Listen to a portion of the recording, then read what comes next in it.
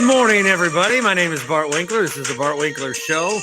Happy Valentine's Day. It's the Tuesday, February 14th edition. This is a video that was made on August 1st of 2020. Lennar Young is the guy's name. And he said, when you're on hold, and then he put a video of him jamming out to that song for 2 minutes. Pretty entertaining. The song's also gained popularity on TikTok as well. And then the song, the exact song for You're on Hold music, appeared in a Bud Light commercial with Miles Teller. So part of my Monday was trying to take down Bud Light single-handedly on Twitter to no response. They stole the concept. Companies do this all the time. They stole the concept. I would hate to be associated with Bud Light. And that's why the Bart Winkler Hurry Up, whenever we do have one, will not be sponsored by Bud Light. And I've said this before, I believe, that, you know, when I talk about a product, it's something I use. I use the CBD CBN gummies at Happy Place Hemp. I use the THCO gummies. I use Happy Place Hemp. I use them. I use their products. They've been helping. HappyPlaceHemp.com, promo code BART, 25% off. I eat Omaha steaks. I used to go to Perkins like all the time. I use the products I talk about. If I ever endorse Bud Light, that will be me selling out. I don't even know the last time I had a Bud Light. It's gross. I would hate to attach my whole identity to Bud Light. What an embarrassing thing that would be. I guess the last Bud product I had was Bud Zero, because I was trying some alcohol-free beer. Shit's gross. A couple of things I did want to comment on related to the Super Bowl, and I got some voicemails here as well. Voicemails always brought to you by Carl's Place. 402-915-BART is how you can leave a voicemail. 402-915-BART is how you can leave a voicemail. Carl's Place bringing you those. Carl's Place is the place for your golf simulator needs and setup and everything you ever wanted. If this is a dream of yours, it can be realized. You got your tax returns coming. This is a great thing to kind of reward yourself with after the IRS took your money for a while and got an interest-free loan on your money. You can use your money on something that you like at Carl's Place, the golf simulator. Check them out, carlofet.com/Bart, carlofet.com/Bart. That link will also be soon available on my website being created by the guys at Sunant Interactive, and I use them too. Sunant Interactive making my website, and I'm excited to eventually show that to you guys and the couple of different things that we'll have going on there. Super Bowl thoughts a couple of days later. I'm still a little peeved about how it ended. I guess we'll start with that first. I do have a voicemail from Spark Guy on it. So let me play this first. I'll react, and then we'll go from there. Hey, Spark Guy here. Little Super Bowl recap. Had some points to listen to the podcast, the live show on a podcast. But a couple things. One, really brings to light the competitive balance thing that you always talk about MLB. It was all Patriots. Now it's all Chiefs. Competitive balance may have less to do with salary cap or whatever. You have a quarterback. You're out in the woods, and to hear that somehow the NFL has that portion figured out, no, they got a more entertaining product. So long-winded way of me saying it's further proof, hearing what you said, the Patriots will never happen again. It's happening again. MLB's problem is it's baseball, and that's about it. It's not salary cap or anything else. Now, second part, Jalen Hurts, him, Sirianni, clowns. They'll never be back. And the whole idea that Hurts is unbelievable. Dude dropped the ball. He literally just dropped the ball and gave up 6 points. Okay, first of all, Mahomes did that a couple of weeks ago also. Jalen Hurts, clown, that's a take. Okay. They're a run-heavy offense that's all gimmicky. They're going to change the rules and get rid of that quarterback sneak stuff. That's my prediction. Same prediction as after last year's Super Bowl. Burrow wouldn't be back. These dudes ain't going to be back. Sirianni's a clown and Hurts is a clown. And then finally, your take as an impartial observer, you said that penalty at the end was bogus and it ruined the Super Bowl. That was a totally legit penalty, and you guys are biased observers because you had no interest in the game. You watched that game, you were invested, and what you wanted to see was the ball in somebody's hands with 90 seconds left with a chance to try to win it. And that wasn't given to you. You wanted the game fixed and a clear penalty that was called, that happened, to not be called, so you could have the preferred ending. He turned him. He twice grabbed him. Once he turned his hips a little bit, and that's a floating route. Like, dude's got to run under the ball. Dude's 6'4" or whatever, shooter or whatever. Like, he gets 2 or 3 more strides at that. That's a competitive play without that hold. So, no, you guys are biased. You wanted to see it end well, and chalk another one up for Chiefs, and the guy who most deserved that win, Jackson Mahomes. So, have a good one, Bart. All right, smart guy. I guess, I mean, that's a good point that I was a biased observer. I said I was unbiased, but I was biased. I did want a good game. I did want a thrilling finish. And we had a thrilling game for 58 minutes, and it was taken away from us at the end. Now, I argued on Monday's show that at that point, you don't call that penalty. It wasn't like the play with the Rams and the Saints a few years ago, where you had no choice but to call that penalty. If you don't call that penalty, life goes on. Life goes on. Like, it wasn't, I don't think it was that bad of a hold. Lazard got held worse a couple of years ago. You know, it didn't need to be called. And I think, and this is going to not play well, but I think if you're Carl Cheffers and you call that, you need to go and be like, you need to turn on the mic and say, guys, I'm really sorry. We're calling a penalty. I know this is a great Super Bowl. We got to stay partial to what we believe are the rules. I'm sorry, but this is a penalty. First down, Kansas City. I just didn't like that he was like, oh, tweet penalty. It's the biggest moment of the biggest game of the year. And I don't think it was consistent. That was not being called a lot. It's like if you don't call holding all game and then the last play of the game, holding. It's like offensively. It's like it doesn't. Look, it leaves a bad taste in my mouth. And whether that's fair or not, I don't think that if Spark Guy, if you and I talked that out, I don't think we'd come to an understanding. I think we'd get each other's points. I think we do right now. But I'm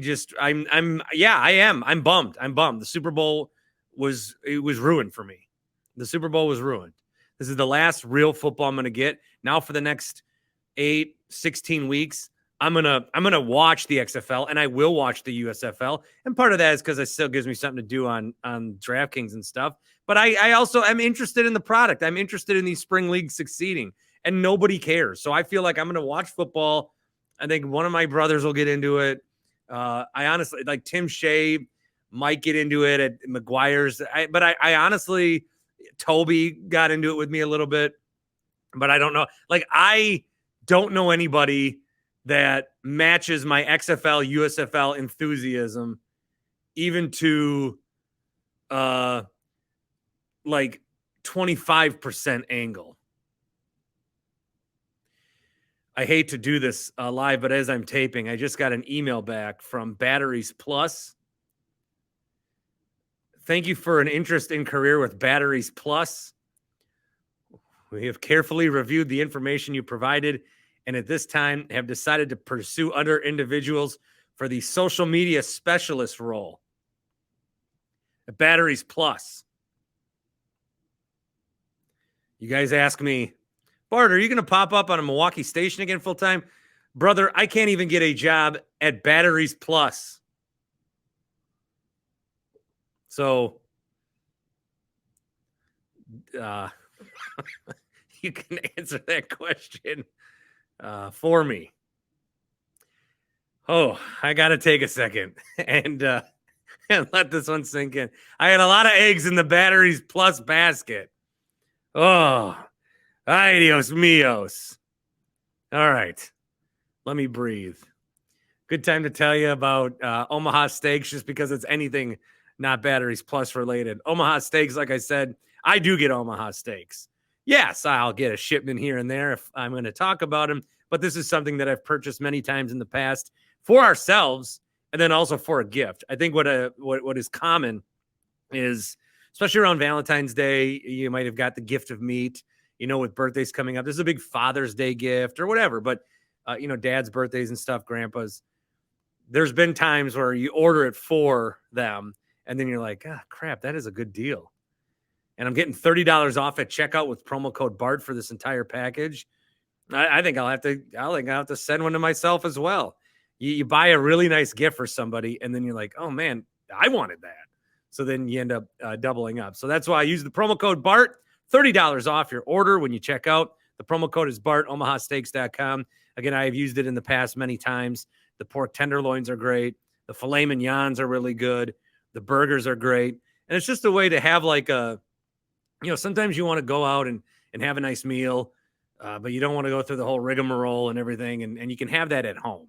And they are very easy to cook. The meat comes to you ready to go. You just cook it as long as you need to, throw a couple fixins on the side, whatever. Maybe get crazy, get the apple tartlets for dessert. omahasteaks.com. The promo code is BART. Use that at checkout. More Super Bowl batteries plus. Man, oh man. That one stung. A couple other thoughts. Melvin Gordon clapped back at a tweet. And I can't read my mentions right now because I got involved in the conversation. Melvin Gordon had a tweet. Well, first of all, Bolt Beat had a tweet. BB_Chargers. Melvin Gordon really was the kid in the group project who slapped his name on the assignment, but he got a Super Bowl ring out of it. Gordon was a Bronco this year, not a Charger. Got released and then signed on the practice squad with the Chiefs. Never played, signed on the practice squad. He quote tweeted that tweet with a picture of him smoking a cigar, holding the Lombardi trophy in the locker room. Mr. Adetokounmpo, so someone we know on Twitter, said, were they wrong, though? And I said, man's hands are on a Lombardi trophy. It doesn't matter. This is like my most liked tweet of all time. But I got a lot of people like, it's just hard to read them. There's 100,000 views on this tweet. And it's just me in the replies. That's what I'm realizing. Don't save my good tweets for just my standard Twitter. I got to jump on other people's accounts and tweet on there. 2,300 likes. All right. But a lot of dislikes. And there's an argument about, does Melvin Gordon deserve a Super Bowl trophy? I think what's less deserving is, like, this is a Jeff Teague situation with the Bucs. What's less deserving is, let's say the Bucs win the title this year. Well, I think Jordan Warren and George Hill and Serge Ibaka would all get rings for that. I don't think they would deserve it as much. I mean, they helped, to a certain point, get the team to this spot. You can make an argument. I think it's more deserving if you're on the team at the end. And we don't know what Melvin Gordon's impact was. Did he give Pacheco some information? Did he have a nice relationship with McKinnon? Was he able to help in practice? Did he play some of the Eagles running backs and scout team? If you're on the team, you're deserving of a ring. I'm not going to take that away from Melvin Gordon.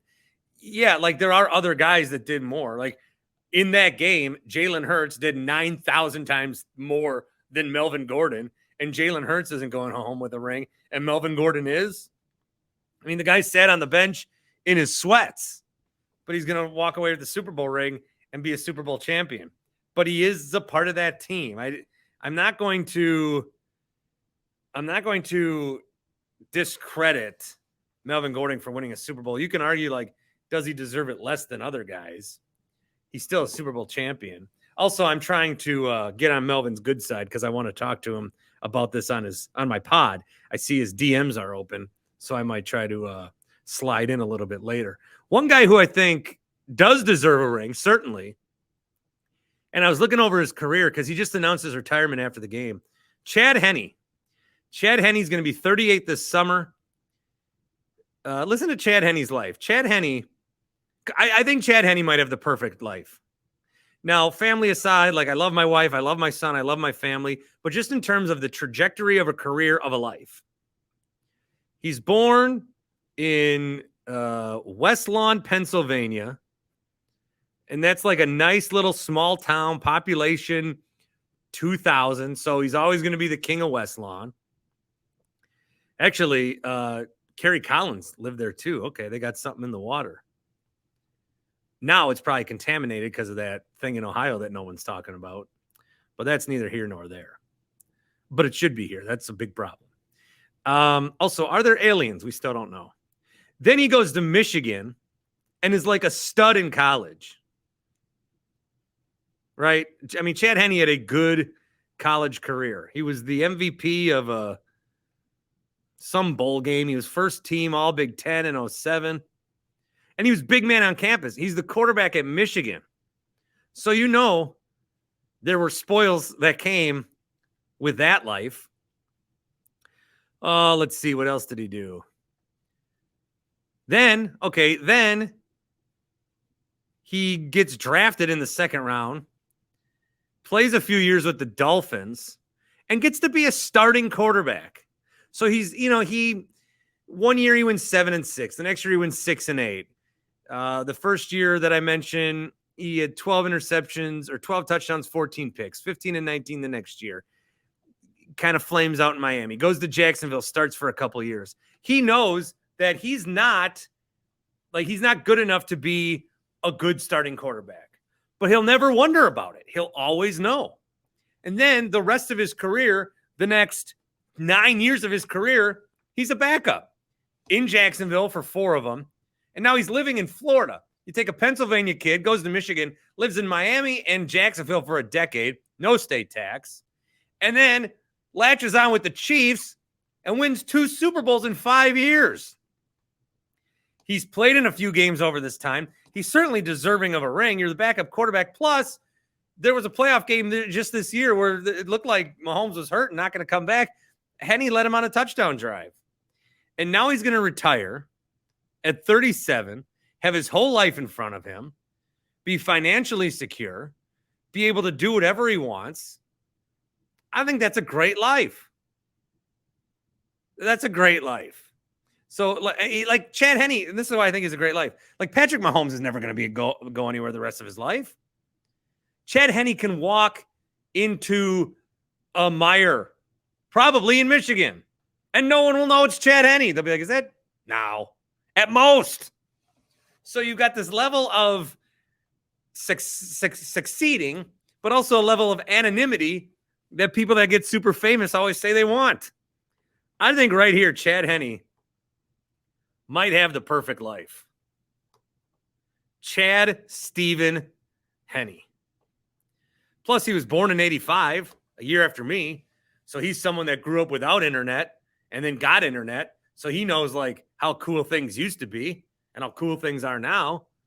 And he also knows that technology is going to end us all. So I think he's got a nice life.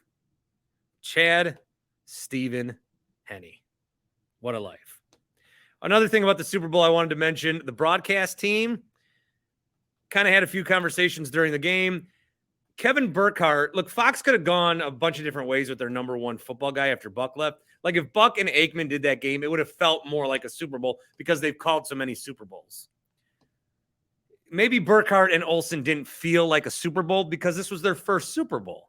Fox could have gone out and got Al Michaels to call Super Bowl, but Al Michaels called a playoff game this year. He fell asleep during the biggest comeback ever. Burkhardt did very good, and so did Olsen. That's a top-notch team. And over time, they'll start to feel more like Super Bowls if they get those Super Bowls. One thing to really watch is this Tom Brady thing. So Tom Brady's going to take a year off, and you can't, after Greg Olsen's year and getting great remarks for the Super Bowl, you can't just take him away, throw him with Dick Stockton or whoever, and then have Tom Brady be in that booth with Burkhardt. I think the best thing you do is go Burkhardt, Olsen, and Brady. But I was reading today the Olsen-Burkhardt connection. Kevin Burkhardt's story is when he was 30, he was making $18,000 a year working at a radio station calling high school football games. Greg Olsen's dad was one of the coaches of the games, and he's known Greg Olsen since he was in high school. I didn't know that. They have a long connection, long history. That's why at one point in the broadcast, he said, "Hey, we're a long way from New Jersey," where they both kind of started out. I don't think the one thing you don't do is just put Tom Brady in the number 1 booth and put Olsen somewhere else. But are you going to pay Tom Brady $37 million to have a number 2 booth? Or does Fox do the thing where they're like, we have 2 number 1 booths, but then who do you pair with Tom Brady? Unless Tom Brady's going to be the play-by-play guy. It's a very interesting media story for sure. It might be the most interesting media story is what happens with Tom Brady and Greg Olsen. What happens there? Some Super Bowl odds for next year already. Of course, the Chiefs and the Eagles are among the favorites. Chiefs at 5-1, Eagles at 7-1, Bills 8-1, Niners, Bengals, all under 10-1 odds. The Raiders are 25-1 and the Jets are 25-1. Those are two teams where Aaron Rodgers may go if traded. The Packers are 33-1. So this is like a Brooklyn Nets 33-1 when it looked like KD and Kyrie were both out. I said he should take that. Then they got down to like 5-1, but then both got traded. Can we talk about the Nets for a second? The Nets have a very interesting team after trading KD and Kyrie. And that was basically like trading two Josh Haders. I mean, we traded Josh Hader. That'd be like if the Brewers traded Hader and Williams. What a weird year for the Nets. Everything was going right, and then they both wanted out, and then suddenly KD's a son. What a mess. So Packers right now are 33-1. If you think that Rodgers is coming back, maybe you take that. If you think that Jordan Love's going to be good, maybe you take that. Packers are 33-1, right along with the Lions, Rams, and Saints. Yeah, I could see throwing a couple bucks on the Lions. The Rams, I don't know. The Saints, who's even like in control there? Who's anybody there? Other NFC North teams, the Vikings are 50-1. It should be lower since they'll never win a Super Bowl, and the Bears are 75-1. So some of those odds that came out here today. Got some more voicemails to play. We'll do that coming up in a little bit on different topics. Also want to talk about the rumored new ownership for the Milwaukee Bucks. Don't like that. But we'll talk all things Wisconsin sports with our buddy J.R. Radcliffe right after this word from Happy Place Hemp. And this is the word. I'm just going to do it. HappyPlaceHemp.com. The promo code is BART. 25% off every single order you get at HappyPlaceHemp.com. We're talking the CBD and CBN nighttime gummies. We're talking the mango THC-free gummies. Maybe help you focus, help you feel better. There's the creams that you can use. There's the tinctures that you can use. There's even things for your pets, especially some of these. I wish that we had this stuff for my dog. We had a dog growing up, and her name was Bailey, and she was a mess. I don't know what happened. I don't know. I feel like we were bad owners, but I took her for walks. I maybe fed her too much food under the table. But after she had lumps all over her body, she had glaucoma. She really did not have a good last couple of years of life. And maybe some of the stuff could have at least like made her not feel as good. I didn't have like the connection with my dog that a lot of people have with their dogs. But I do kind of just feel like I sadly watched her die for 4 years. It's like Marley and Me without it like being sad. It's just like, it was at the end, it was just like a plant that was dying. I've never really talked about this. That's kind of how I felt. Anyway, Happy Place Hemp, the tinctures would have helped her. HappyPlaceHemp.com. The promo code is BART. 25% off your order. One last Super Bowl note. If you're still mad about Rihanna, move on. You're a grown man. This is ridiculous. J.R. Radcliffe. J.R. Radcliffe joining us now. What a moment. What a moment. You know, I do like a lot of people that I'm having on. It's too long. I shouldn't have waited this long to have you on. We're boys. Yeah. You do great it's work. right, I'm though. still not sure of your job. I know you work at the Journal Sentinel. Yeah, I do. Trending sports reporter is the official title, Bart. And it's a little fuzzy. I have to explain it. You know, if you tell people you're a plumber, there's no explanation, or a truck driver or whatever, teacher. Trending sports reporter requires a little work. I admit it, but you know, it's all right. Once I get to it, people are like, oh, that sounds like a lot of fun. I'm like, yeah, damn right it is. It's a lot of fun. I'm lucky. So I'm glad I'm already like married into a family at this point in my life. And because if I had to explain what I'm up to like a prospective father-in-law. So what do? You were on the radio? No, I was. And I guess I still am like twice a month on CBS Sports Radio. Oh, that's cool. What else do you do? I do a show every day from my basement, like the same thing I did when I was 15. Does that make money? I mean, I sort of, but what else do you do? Chasing your dream, Bart. People be like, what else do you do? I'd be like, I DoorDash last weekend because I had a promo code. If I did 25 deliveries in a week and I got an extra $200. Did you do it? Did you make it? 25 in a week? That's a lot. It's hard. Yeah. I did it though. That's okay. great. What else do you do? I see you were doing stuff with Milwaukee Pro Soccer. Yeah, I'm like one of their brand ambassadors, but we don't really have anything on the books until May. Until there's, grass everywhere. So what else do you do? Are you looking for other jobs? Yeah, well, I just did a podcast with JR Radcliffe, and no lie, 30 minutes beforehand, I got a job rejection letter from Batteries Plus for their social media job. No, you did not. I did. Oh, what did the other people have that you didn't have that they hired? A love for batteries that I just cannot match.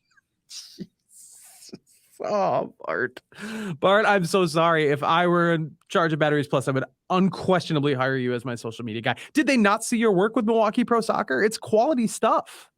They must not have, or maybe they didn't think it translated to the intense world of batteries. Yeah, Batteries Plus. I'm not laughing at you. I'm sorry, but that sucks. Well, that's all right. I mean, whatever. That sucks. So I want to talk to you a little bit about everything, really. I mean, you do a good job. I see you all over the place covering all of our teams. So you kind of you're like not so much a beat reporter, but you're there enough that you get a little bit of taste of, what everybody's up to.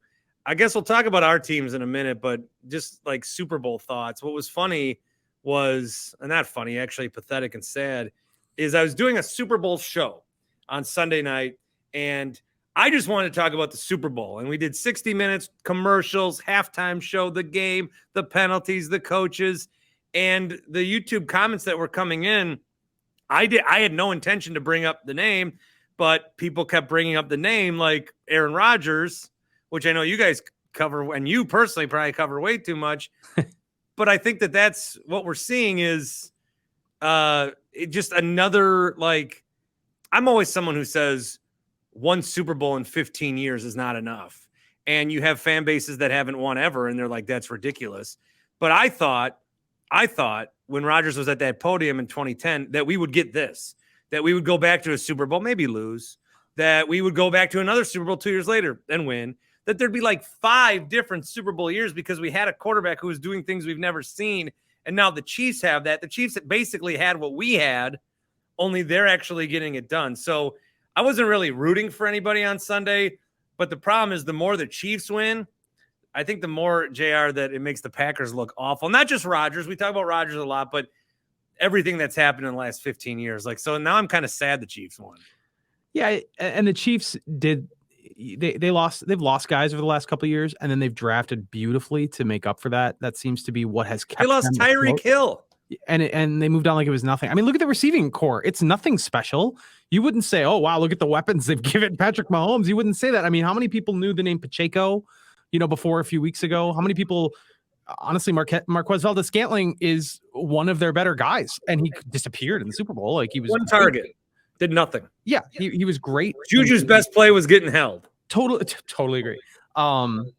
They find a way to get the best out of their talent. I would say the Packers did that too at points, but certainly not consistently. I mean, I think I forget about how that Aaron Rodgers, who won the Super Bowl, wasn't even like fully formed yet. That guy wasn't an all-pro. That wasn't one of the best quarterbacks in football that year, but he became that like starting the next year. He was great. I mean,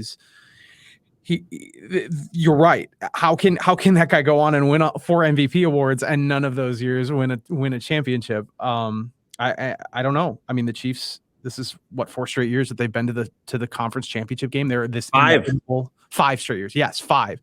They're just inevitable. Like you know, over the course of the year, no matter what Travis Kelce is trying to say, like over the course of the year, if you ask some rando NFL fan, well, who's going to win the Super Bowl this year? They'd be like, I don't know, probably the Chiefs. Like they're just at that level, and they stayed there. Obviously, they had a secret sauce that the Packers didn't have. I mean, that 2011 Packers team really is probably the biggest disappointment, the one right after the Super Bowl, because that team was freaking 15-1, and it seems like all they needed was just like one more, maybe 2 more difference makers on defense, and they roll to a Super Bowl. And that obviously didn't happen. Then there's the Seattle game. Like, they've had so many close calls that easily could have gone the other way. And looking over the course of history, in the course of the last few Super Bowls, there are a lot of games that could go one or two plays change the course of history. So the Packers have gotten a little unlucky is what I'm trying to say. Yeah. And I'm not somebody, like, I think that what I've realized, and really more so this season than others, just because I've been able to I think, talk to people on a more personal level on the podcast is that there are still a large amount of Packer fans that are just happy that we get what we get. And I don't know if they lived through the 70s and 80s or what it is, but I think we should be looking at, I mean, we're the Green Bay Packers. I think we should be looking at the Patriots and the Chiefs and these teams that get it done. Don't bow yourself down at, well, the Bears. I mean, you'd hate to be a Bears fan. Yeah, I would. That's why I don't think of them. You'd hate to be a Lions fan. I know. That's why I don't care. I don't look at what I have and think of in football. I don't look at what I have and be like, they have less than me. I feel bad for them. In my life, I might, but in football, I'm like, oh, I have a 1-car garage.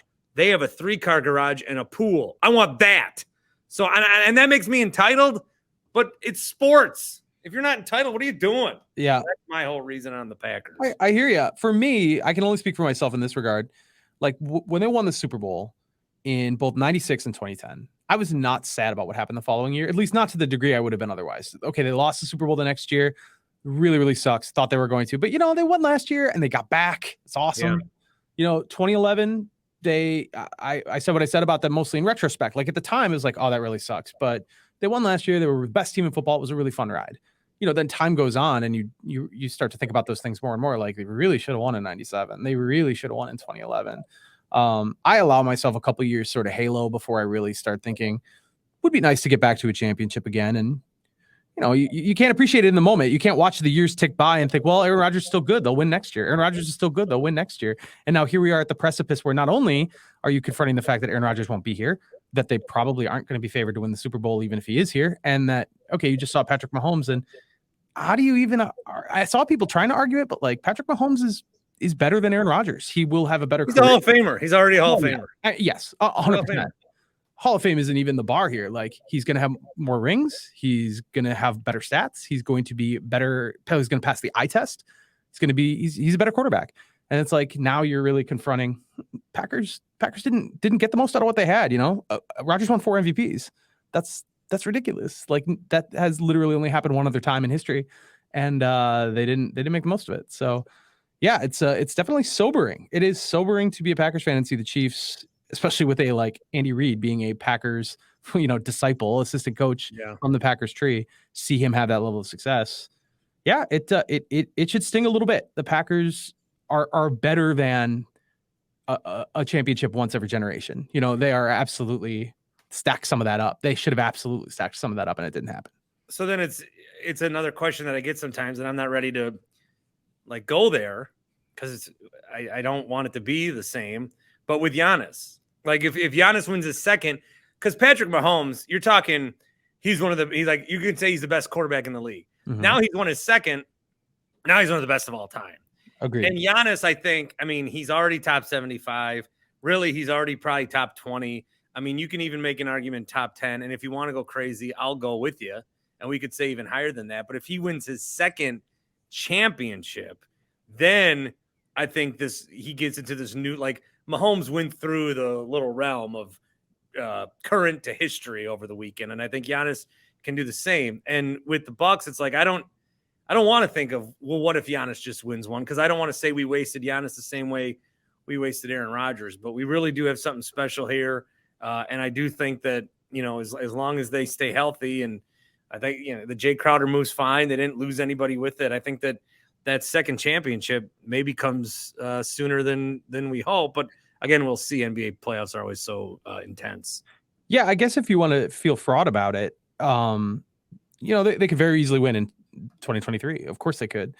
After that, it gets a little dicey. We're talking about an old roster. Like Giannis is the exception here. They're relying on Chris Middleton and Drew Holiday and Brook Lopez and now Jay Crowder. That's just to name a few. Like their window isn't nearly as open as we think it is. It is wide open this year. It's wide open right now. They're an elite team.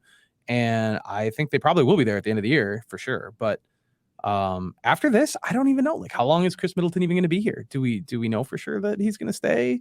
It could get pretty dicey pretty quickly. And if there's a new ownership element, you don't know right now what they'd be willing to spend to make it work. And spending in the NBA is messed up anyway with the salary cap. It's kind of a complicated picture. So you don't really know what their options are going to be. They've traded all their draft picks. Like they're not just going to hit on some guy in the bottom half of the first round anyway, but they're certainly not going to when they don't have any picks to use. So you kind of like, I don't feel the urgency for 2023 for the Bucks, but I think if they get bounced, especially if they get bounced before the Eastern Conference Finals, which I think would be not a disaster, but pretty disappointing at this point. I might say disaster. You could. I think you're going to have people confronting it awfully fast. Like, oh shit, wait, can I say that? Can we do that? You can now. You're the first person to ever swear on this podcast. I don't believe you, but yeah, I don't know what they go. I think the realization is going to hit pretty quickly if it doesn't work out this year. Let me just do my standard joke. Anytime someone swears, I say, "You can't fucking do that, JR, you asshole." I didn't get the, like before you go on these shows, you usually clear it. Like, well, what are we family friendly? Are we not? I don't know. I try not to swear. Yeah. But sometimes we swear a lot. It happens. When Batteries Plus says, sorry, we're going in a different direction, it fucking sucks. That's what that is. I'm gonna pick up my kid today from daycare. I'm so distraught. I'm gonna say, son, let's fucking go. Life has no fucking meaning. And all the 3-year-olds will look at me like, what the fuck? And I'll say, shut the fuck up. Your life's going nowhere. I have this vivid memory when I was in kindergarten. I was on the bus and I came back home and I was really confused about something. And I came up to my mom and I said, Mom, I offered Zach some of my Mountain Dew. And Zach's friend said, you're not supposed to say, would you like some Mountain Dew? You're supposed, sorry, other way around. I'm ruining the story. Zach offered me some Mountain Dew and I said, no, thank you. He said, you're not supposed to say no, thank you. You're supposed to say, fuck off, Zach. So I repeat this to my mother and I can still hear the sound my mother made, the like the breathing in banshee sound, the immediate realization that, oh, wow, that word's not right. That's not something I should have said. So, yeah. I was playing baseball in the backyard with my dad where he would pitch to me. I would hit it. I would run around the bases. He could never tag me. Yeah. And one time he tagged me at second. I go, Dad, you silly bastard. He's like, whoa, where did you get that? Well, Dad, you. That's now I have like 10 videos on my phone of my son saying fuck. Oh no, Bart. So we don't even care. And that's one thing I like, you've been around, you've seen this culture in the sports. And I think that what we're seeing right now is, Packers are always, it's Packers, whatever. Mm-hmm. But I love what the Bucks have become. I love that every night, I can like Bucks Celtics is coming up Tuesday night. I'll get on, we'll do a YouTube show. We'll get a ton of people, ton of interaction. It'll be great. It'll be great. Bucks fans are looking for an outlet to talk. I provide a little small one. But even when it's like Bucks Pistons or Bucks whatever, and even though the regular season isn't so meaningful, like the Bucks are key. There's a lot of fan attention to them. We all care. I'm seeing it. Not to talk about the Packers, but with the Brewers. I mean, they're offering some of these Sunday packages that are like they would never offer before. The Josh Hader thing, I think, blew up in their face in a way that they didn't expect, like on the field, maybe, but not at the ticket gate. And I'm sure that once it gets, spring training starting and once it gets to be nice again, like people still go to the games. But I think this is kind of like what we've seen with the Packers. If you got to either be contending for the top or the best years for fans are when you're contending and you get there, obviously. And then I would argue that like not a lot of expectations and then a miracle run is more fun. When you're a team that's like, yeah, we want to get in and see what happens. And I get the argument for that in baseball, but the level of apathy, I think there's a real level of apathy. Even with the Bucks, it's like, yeah, but we're going to contend for a title. Like, we might lose a game that we shouldn't, but we're contending for a title. With the Brewers, it's like, I don't know, man. I've personally never felt like this, where they seem like such an afterthought. I'll probably go to more games this summer just because I'm trying to get my kid to like sports. Although I should probably root for a different team if I want him to not have a godforsaken life in baseball. I'm just surprised like how quickly the Brewers went from I feel like the passion just in a snap, and I'd snap, but I actually don't know how. I feel exactly the same. It's unbelievable. Yeah, it is. And it's not all just the trade. No, maybe it is. Well, that was definitely a big aspect of it, but also this has been it was going on all year. they were down in attendance. They're down in just juice. Like people aren't. They're just not living and dying with the Brewers the way they used to. And we wrote a lot about this. And one of the big things that really caught my eye was people talking about the TV situation. There's a lot of people who've cut the cord who don't get Netflix. And now 2 years have gone by without that. So they have lost that connection. They no longer know many of the players on the team. The coaches, a lot of, they just haven't been present. It hasn't been part of their lives in their homes. And they just, they phased out. So I think that's a really, really big deal. And they're going to have to, I don't really know what the Brewers can even realistically do. There's a lot of Bally's going through, or Diamond, which runs Bally's, going through bankruptcy. There's a lot there. Maybe that changes, maybe it doesn't. But they lost juice fast. I don't know how much of it is truly in their control, in that, this team was obviously in the NLCS Game 7, 2018, and then they've like slowly fallen off from there. The pandemic slows everything down, but they got in 2019 and 2020 and 2021, but they didn't show great. They didn't do well. And then 2022, here they are, where they should be still doing that well, and they're not. Like, it's just really hard to replicate that. It's really hard to replicate the vibes of what you're describing. Expectations were high, but they weren't sky high. And all of a sudden, this team is going to the NLCS, and it's great. It's a summer of the Brewers in 2018, and everyone is behind the team. It's a Milwaukee Brewers town through and through, and you just can't replicate that after 4 years and a pandemic of not having that. They don't have that vibe anymore. They don't have a lot of superstars. The one superstar they have has fallen off.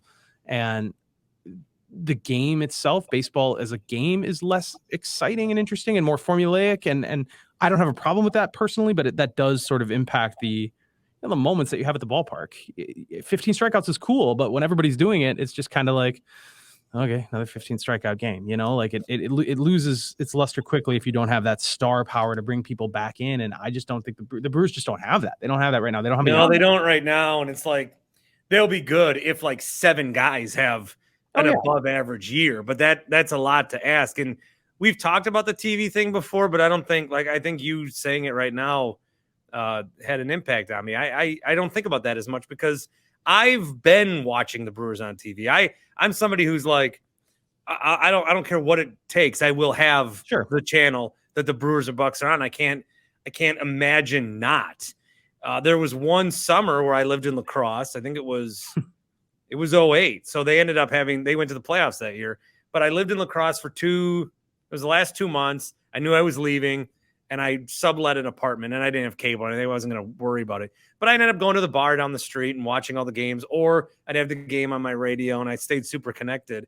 But I think that what happens to a lot of people is it's not a priority for them. And even in nights where, okay, I'm going to be a dad and be present, or be a mom and be present, and my kids or whatever, but the game's on, and I go to bed and I'll sit down and watch the inning. It's just not even on. It's not even an option because they have made it harder to get to. And I do think that is happening. Plus, I do think, not that we can't support more than one thing, but the Bucks being the team to then win it and completely taking over the city when they did, and this becoming more of a basketball town in that summer, that was such a perfect storm for the Bucks, where everyone was so distraught with everything that had happened. Going back to the Packers, all their missteps, the Badgers not winning, the Brewers not winning, the Bucks themselves not winning, and then you had the Bucks win a title in a year where things were like we were getting over this pandemic, and there was really no Summerfest, and there was nowhere to go, and the thing to do was go downtown and be with people and watch the Bucks games. And I think that really hurt the Brewers. I don't know what the rankings are, but the Bucks winning, it did not help the Brewers. It hurt the Brewers. And now, because they have something else that they have to measure to, I think that the Bucks winning was one of the worst things that could have happened for the Brewers. I agree that it had an impact. I still think, despite all of this, that the Brewers probably still have a leg up, believe it or not, over the Bucks. It's close, certainly much closer. I mean, statewide or citywide? A bit of both. I think certainly. I think citywide or suburb wide. Well, now you're onto something. The Bucks own Milwaukee, or I shouldn't say the Bucks are Milwaukee's team. I don't sense, and granted, I'm not often outside of Milwaukee, so maybe I'm the bad judge of this. I don't sense that the footprint outside of, maybe in Madison they're kind of a big deal, but I don't think the Brewers exist throughout the state more than the Bucks do for sure. And in Milwaukee, I still think that the Brewers fandom is pretty good, but part of that is just circumstance. In the summer they have the whole sports scene to themselves. They have much more inventory than the other pro sports leagues in terms of games played and room seats in the stadium. Like, it's really easy to get to a game. I still think that they hold on there, but I've thought about that a lot too. Like, the Bucks gave fans something else. It wasn't, especially in 2021 when the schedule was so skewed into the summer. Like you said, July. Yeah, the summer being part of it being Yep. a gathering spot, it being de facto Summerfest. And I think another thing that's really important is that allowed the NBA playoffs, especially when you're good, it allows time for momentum to build. Mm-hmm. The Brewers, when they make the playoffs, could be in on a Friday, out on a Monday. You're right. And that's a weekend, and it doesn't allow time for the momentum to build. And I think that the Bucks' success is one of the bigger reasons why the Brewers' apathy is what it is right now. That's a very good point. The way the schedule works out, you've gone through this whole 162 game season and you're in, and then it's over. With basketball, you're guaranteed that, and it's even nice where the Bucks will play, I don't know, the Pacers in the first round. They're out of it now, but like they're going to play a team that they'll beat in the first round, so that you even get like a week and a half of just warm up playoff basketball, and then you get to the good stuff, and that's a 7-game series, and then like you said, there's just so much momentum. And football is a once a week thing, so there's so much momentum, and baseball doesn't really allow for that. And yeah, I am with you. The Brewers have definitely fallen off from where they are in terms of juice, in terms of fan engagement, and I think what you said, you hinted at, was kind of right. Like these Sunday Fun Day packages, the X Golf, the things they have to do that are a little more outside the box. And they're not even bad ideas. I think they're good ideas. It's just, you have to emphasize those now, because simply like having this player or this team or this product isn't enough to get people super engaged. That is a little bit of a red flag. I'm sure they would argue you're competing with everything. Every sports team is competing with streaming services and things like that. So like, I'm sure that's their point, is that it's hard to engage any fan base, but it is noticeable. It is noticeable in Milwaukee for sure. Well, speaking of momentum, my beloved Milwaukee Panthers. You bet, baby. They are. But they got to make the tournament. That's what sucks. And I mean, and they probably won't, because it feels like every game is a coin flip. So like, if you flip it 3 times and it comes up heads in the Horizon League tournament, they might do it. I mean, but like, they've got a bowl on their team. Oh no, I've already lost his name. That's all right. I have to look at the roster. They got Ben Baker Jr. on this team. They got this BJ Freeman who's been really, really good. And I mean, I would think that if they get to the tournament, you're going to have, that's going to be a focus. Like, oh, look at these interesting, there's some interest level here. And the Badgers are probably not going to the NCAA tournament, and UWM could easily fill some of that void. So it could be a fun little march in Milwaukee. This is the first year. I mean, you could argue that it's all the way back to 2003, although there's probably another year or two in there where Marquette is markedly better than Wisconsin. There've been some years where they're about the same, but mostly Wisconsin's had the edge on Marquette. And that is Marquette. I see Marquette fans online, and they're like, they can't allow themselves to be super happy about what's happening because they lost to Wisconsin. Yeah. They're so like, how did that even happen? And that's a great question, because if they played again today, Marquette would murder them. Well, I mean, that game went to overtime. It was a crazy game. And yeah, you're right. If it were today, Marquette would win by several touchdowns. It's definitely they should feel bad about that loss. Honestly, you're right, but it's still it's not going to matter. They're going to be like a 3 or 4 seed in the NCAA tournament, and it's going to be a good time. They should finally win a game. Shaka should finally get the monkey off his back with these first round tournament losses that he's had, and Marquette should finally get into the next round. And like maybe they're only a first weekend team and maybe just much ado about nothing. But I don't know. That's a team that's just really they're really fun to watch. Really, really, really fun to watch. Well, you can find JR's work at the Journal Sentinel, jsonline.com. How many podcasts you doing over there too? I've done 2 of them today. Before this interview, I've already recorded 2 of them, but it is just the 2. It's the Bucks and the Brewers podcast. And so yeah, that's all I'm doing. And then occasionally I'll show up various places. Moses Bowl. That was the name that I was looking for. Moses Bowl. BOL. I probably won't see you at AmFam, unfortunately. I don't think I'm gonna be a credentialed member of the media. How come? Really? You I could don't vote for him. know. I don't know. You should find it. You can make that work, Bart. I could. The Bucks would credential me. You have a very good logo for the Bart Winkler show. I feel like you could make that work. Like, I'm on the Bart Winkler show. Look at my letterhead. It's awesome. That's a really good logo. Yeah, the Blue Wire folks made it. It's beautiful. You should. And now I'm going to look to profit official, and I am official. Get me his credential. You could get in. Or I could Well, skip you in. my guy Toby Altizer tried to via the Packers, and they're like, "We don't do podcasts, and we've never heard of whatever you're saying." That's cool. They're sticklers, though. The Brewers, they've got lots of seating. Come on. Yeah, Brewers. they got We'll let room. you My in. seat's still warm. My body's not dead yet. Yeah, JR, appreciate you, buddy. absolutely. Anytime, man. We'll do this again. Our thanks to JR Radcliffe. Great to bounce some Wisconsin-related things off of him. And really, I just needed someone to talk to ail me through my pain of being rejected by Batteries Plus.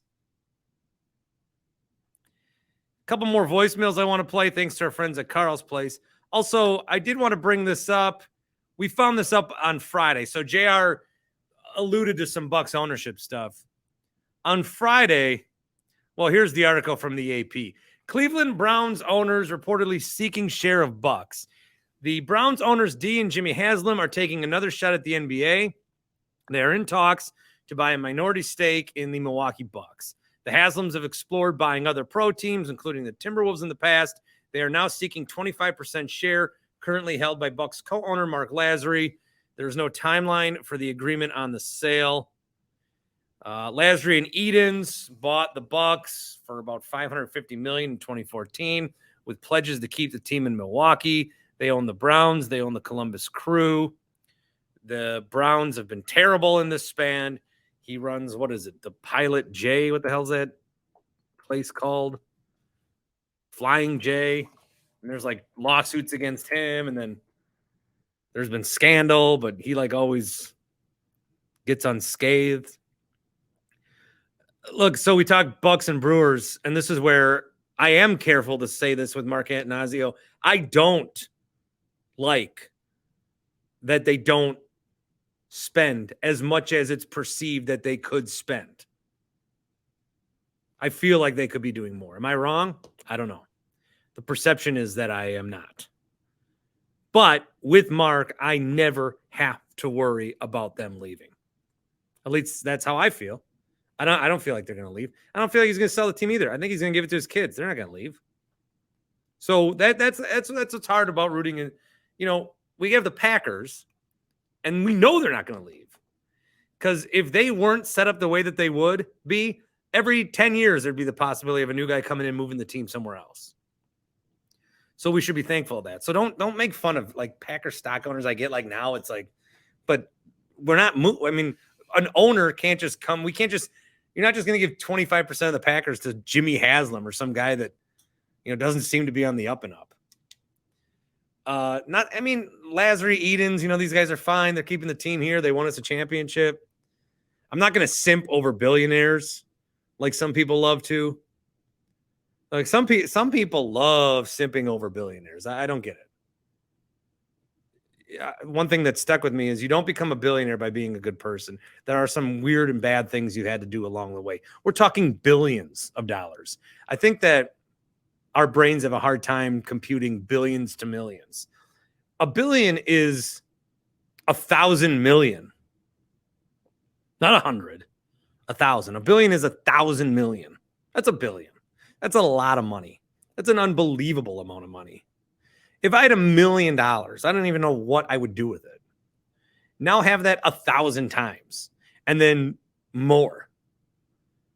They can just come in, own sports teams. You know, we have a connection to the team. Just another piece of the portfolio for these guys.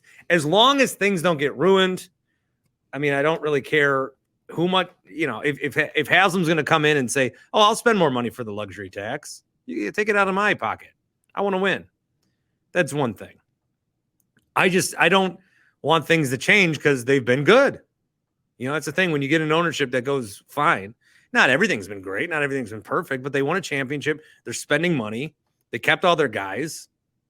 You know, Edens and Lazary could have come in here and totally bungled this thing. And it looked like they were gonna when they forced Jason Kidd here, but they found a way to win, keep Giannis, win a title, stay competitive. The Deer District's been great. I mean, if you look at pictures what that space used to be, I do really think they're doing good outreach in the community. So we got a good thing going. And I think the fear is that it changes.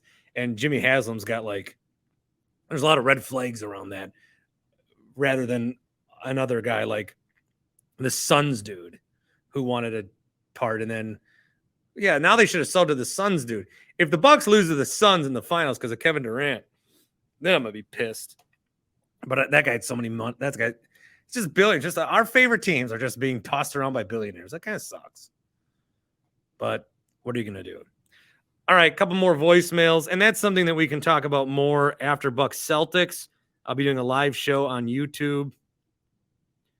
I do want to have a hot take Jake. So this happened the other night where we had somebody call up the show late and say they'd listen more, but their wife can't stand hot take Jake.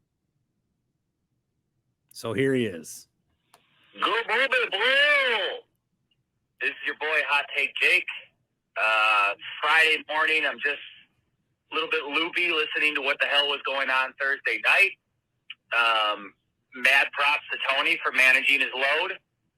And also, before I get into my main point here, I think you guys got to stop worrying about my takes and start worrying about other things. Like, if your wives are mentioning me specifically by name, I mean, maybe that's something that you need to take a step back and reevaluate that whole thing. But just so you guys know, Mrs. Hot Take is very open. So, just be careful about mentioning me too much around the old lady. Anyways, I wanted to talk about Aaron Rodgers because what the hell else would we talk about? I want people to start calling their shots. And I think I had an epiphany. This is how this is all going to play out. Aaron doesn't want to come back. And Green Bay wants to move on. But naturally, it's important to Aaron how he looks in all of this. So what's going to happen is it's going to leak through the media that he does want to come back to Green Bay, knowing full well that he's already a Raider or he's already a Jet. Just because he wants the media, he wants people to be on his side. It's like breaking up with somebody or not breaking up with somebody. You want to break up with each other, but nobody wants to be the bad person and make that move. That's what I think is going to happen. He's going to try to make Green Bay look as bad as possible in this whole thing and ultimately end up somewhere else. That's all I got. Love the show. Love you guys. Love how weird it got last night. And keep my name out your wife's mouth. Hot take Jake. Just a Rodgers-Packers thing, and that looks like it's going to come to a head pretty soon. I don't know. What did I say? That he wasn't going to get traded? Man. It feels like he's going to get traded, right? It just feels like both. It feels like both the Packers and Rodgers don't want to come out looking like the bad guy. I don't know what the Packers are so worried about. They did it before and it worked. But even then, back then, the Packers did not want to trade Rodgers or Favre to the Vikings. Favre then comes back and beats you. Packers would play the Raiders this year. Maybe that dictates where he goes. I think you just send him to Kansas City for a 6th-round pick. Just be like, just get him out of here. And Rodgers be like, well, I'm not even going to play. And be like, yeah, we don't care. Let's get out of here. That's obviously stupid, but I don't know. Don't judge me too hard. Unless you've walked a mile in my shoes. I got rejected by Batteries Plus today. Here's Marcus from Fall Creek. Marcus in Fall Creek. Just had an idea and wanted to chime in on something. I was listening to an older episode from the Lakers game a couple of nights ago, and Matt in the Falls eating the ice cream cone, and everybody making fun of different events that happened that night, whether it's Tony having a date or whatever else. I don't know, man. I don't know. I want to know two things, though. What are we called as fans? Because different radio shows or different podcasts, have their own thing. What are we? Because whatever that group is, I totally feel like I'm a part of it. I feel like I am sitting at a bar with all of you, like having a beer and laughing, and just it's hard without the the YouTube stuff to chime in, but I absolutely love it. So I want to know what we are, and two, like, how can we get this thing to be like a bar where we could all be at a bar? I think it'd be a really super awesome idea. Not anything near a cigar dinner or anything like that. But I think it'd just be really cool to plan like a Brewers Day for Winkler fans, or do something cool like that where we could all meet up and hang out. And because I really honestly feel like this is a group that I just want to be a part of, and I listen to it daily and love it. So those are my two things. I hope to hear from you. All right, thanks. Bye. Well, yeah, I mean, it's very nice. And I think that a big part of why the podcast is, I think making you feel that way is because of everybody that joins, I plaster my name on the show. It's the thing that I'm doing, but I rely on people to want to join, and people do join. And I do feel like we're building, somewhat of a community. So I'm totally open to do it. I just gotta commit myself to do something and try to come up with something. But that'll be something that I force myself to do, because I think it'd be fun, and it would be all fun to get together. Winkler Warriors is a name that's been out there. Winkler Whack Pack, that's too much like Howard, although the alliteration's nice. I don't know. You guys can talk amongst yourselves on that. All right, that'll wrap it up for Tuesday. I hope you have a good Valentine's Day. Again, I'll be spending mine. I'll go to my wife. Hey, do you want to put the kid to bed? And she'll be like, yeah, Tuesdays are your night. I'll be like, Bucks Celtics, and I'll come down here and do a post game show and get drunk. So that's my plans. I hope you guys have a good night, and we will talk to you after Bucks Celtics, and that'll be Wednesday's show as well. The Bart Winkler Show. See ya!